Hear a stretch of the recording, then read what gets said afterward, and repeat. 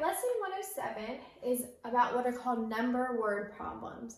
These word problems are going to have to do, they'll say, you're given a two-digit number, the digits relate to each other this way, like they add together to get this number.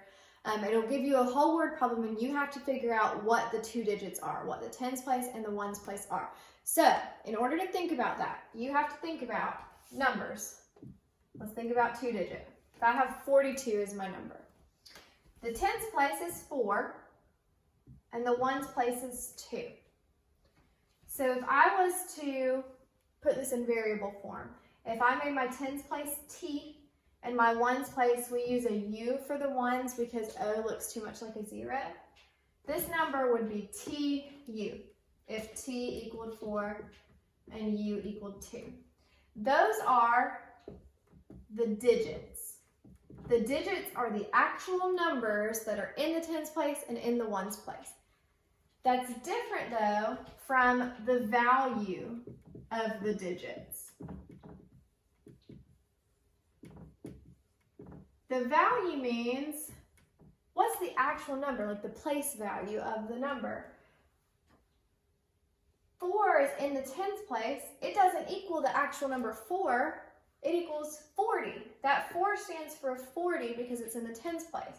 So your t is always going to have the value 10t because whatever the number that's in the tens place is, so 4 in this case, the value of it is 40. So 10 times that 4. And then the value of the ones place is just going to be whatever the number is because it's in the ones place. You don't have to multiply it by 10. So the value of the digits together are going to be 10t plus u. 10 times whatever's in the tens place plus whatever's in the ones place. And that's the value of the number. 10 times 4 would be 40 plus 2 would be your u, 42. And that's how you get the number. So the digits are different than the value of the digits. And that's important to understand when it comes to solving these problems. So let's do a couple of examples of these together. The first example from lesson 107 says the sum of the digits in a two-digit counting number is 11. If the digits are reversed, the new number is 27 greater than the old number. What is the original number? So we need to remember there's a difference between the digits and the value of the whole number. So our original number is going to have a tens place and a ones place, the units. So we use u for ones because it's easier than o, which looks like a 0. So our tens place has a value of 10 times whatever this number is, and our ones place is just 1 times whatever this number is, so we usually just write u, and they're added together. So our original number, is 10t plus u. It says the sum of the digits in a two-digit counting number is 11. So when it says the sum of the digits, that means literally this number and this number, t plus u, equals 11. Then it says if the digits are reversed, so that means instead of having t in the tens place, u in the ones place, we're going to switch them and have u in the tens place and t in the ones place. It says the new number is 27 greater than the old number. This is talking about value now. The value of the new number is 27 greater than the value of the old number. That's when we deal with this. So our old number is 10t plus u. New number, we're switching t and u. So our new is going to be 10u plus t. Because now our units, whatever number is here, is being multiplied by 10 because it's in the tens place. And our number that was originally in the tens place is now in the ones place. So it says the new number, this, is 27 greater than the old number, this. So we would say 10u plus t equals 27 plus 10t plus u. Now at this point you could do elimination or substitution. I did elimination. So I said u equals 11 minus t. Substituted that in.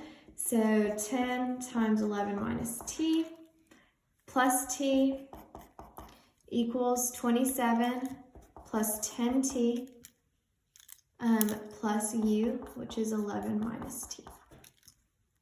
Then you can simplify, distribute that out. you'll get 110 minus 10t plus t equals 27 plus 10t plus 11 minus t. So we're going to combine all our t's. Let's just combine this side first. So 110 minus 9t, and then 27 plus 11 is going to be 38. 10t minus t plus 9t. So let's, because if we move this t over, this will be positive. Let's go ahead and subtract 38 from both sides. And let's add 9t to both sides. So we're going to have 110 minus 38, which is 72. And 9t plus 9t, which is 18t.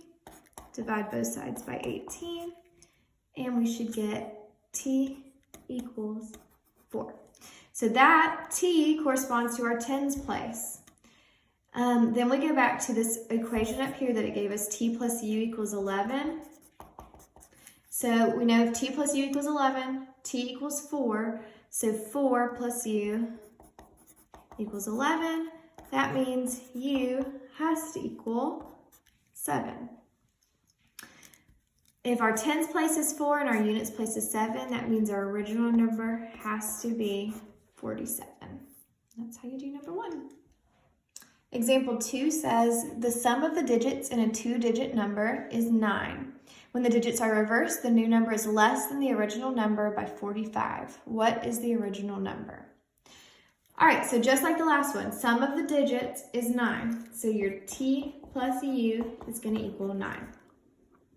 When the digits are reversed, the new number, so again, if 10t plus u was our original, 10u plus t is going to be our reverse number. The new number is less than the original by 45. So we'll do 10u plus t equals, so that's our new number, equals our old number minus 45. And we want to know what is the original number. Go ahead and pause this video and solve this problem by yourself and see what you get. All right, I'm going to solve it now so that you can check your answer. If you would like to do substitution, you can, or elimination. I'm going to do substitution. So t equals 9 minus u. 10u plus 9 minus u equals 10, 9 minus u plus u minus 45. 10u plus 9 minus u equals 90 minus 10u plus u minus 45. And then we can combine, so 9u plus 9 equals 90 minus 45, and then minus 9u. So 18u is going to equal 45 minus 9, which is 36. So u is going to equal 2. Now, if you get a fraction for either t or u, you've done something wrong because a digit cannot be a fraction. So you should get an integer here. Positive integer, you should get a whole number. All right, so then if our u is 2, up here t equals 9 minus u, so 9 minus 2, t is going to equal 7. So our number is going to be 72. Tens place, ones place, 72. The next topic is lesson 108, and it's called the sum and difference of two cubes. It's just rules that you have to memorize. Here they are. A cubed plus B cubed. If you have anything that fits that form, the rule is it can be factored like this. A plus B times A squared minus AB plus B squared. If I have anything that fits this form, something cubed plus something else cubed, what I can do is factor it to a plus b, so the cubed root of each of those, times a squared minus ab plus b squared. We're going to do one in a second so you can see what it means in a real problem. This would be the sum of two cubes. Now we're going to have the difference of two cubed. A cubed minus b cubed equals, that factors to a minus b, times a squared plus ab plus b squared. So the only things that change are these two signs flip in this case. So if you have a cubed minus b cubed, that's how it's going to factor. A minus b times a squared plus ab plus b squared. Go ahead and copy that down into your notes, and we'll do an example problem.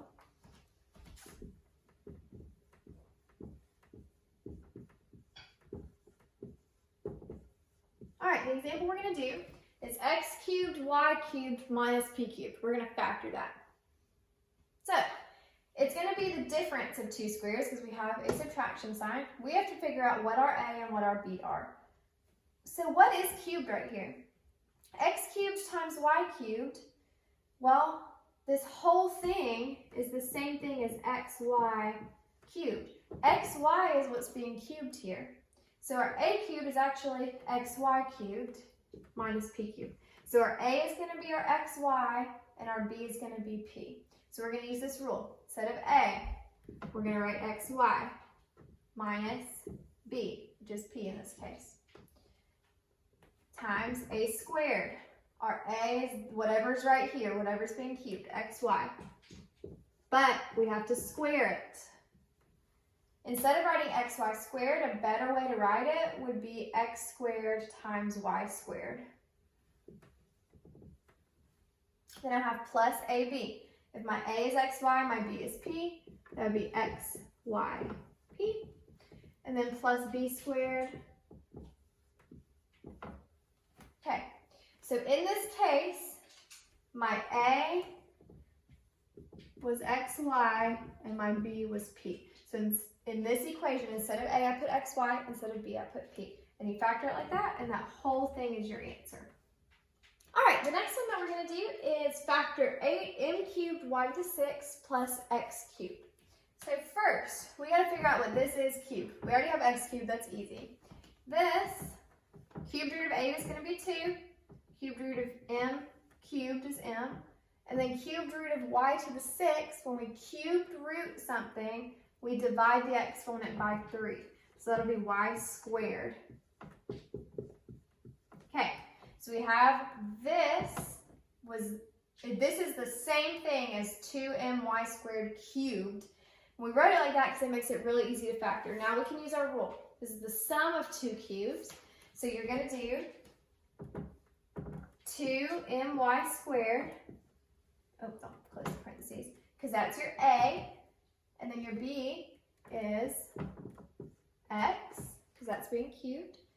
So for the first ones, you just take the cubed root, and then we're going to have times, we're going to square this, 4m squared y to the 4th minus 2 times 2, so that'll change to a 4,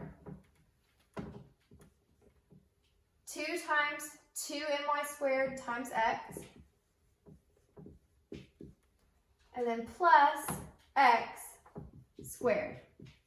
We just followed that same rule, the sum of perfect cubes. So this whole thing down here would be your answer, how we factor our perfect cubes.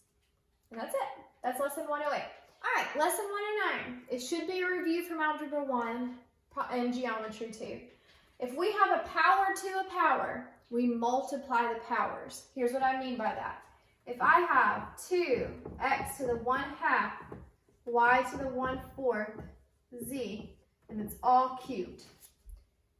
Well, I have things, two exponents, and I have an exponent on the outside of parentheses. If I have an exponent, if I have a whole set of parentheses that's raised to an exponent, I'm going to distribute that exponent to everything that's in the parentheses. This is the same thing as 2 cubed times x to the 3 times 1/2, power to a power, multiply the powers, 1/2 times 3, that'd be 3/2. Y to the 1/4 times 3, 3/4.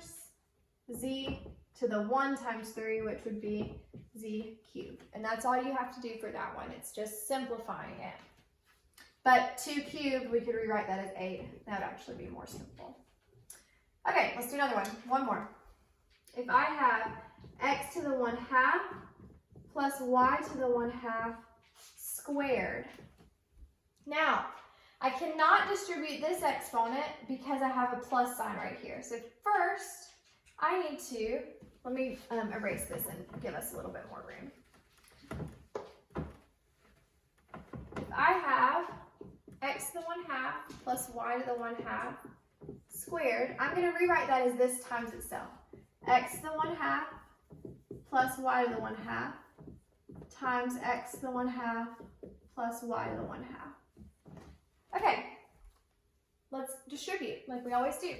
X to the 1/2 and then y to the 1/2. So we'll have x to the 1/2 times x to the 1/2, x to the 1/2 times y to the 1/2, y to the 1/2 times x to the 1/2, so same thing that we just had. And then last one, y to the 1/2 plus y to the 1/2. All right, then you're going to add your exponents of the common ones with the same base. So x and x, we can add those exponents, and then y and y, we can add those exponents. So 1/2 plus 1/2, we should get x to the first power. And then these terms are the same, so I can write plus 2x to the 1/2, y to the 1/2. And then right here, this will be y to the first power. And that should be, yep, that should be your answer. And that is lesson 109.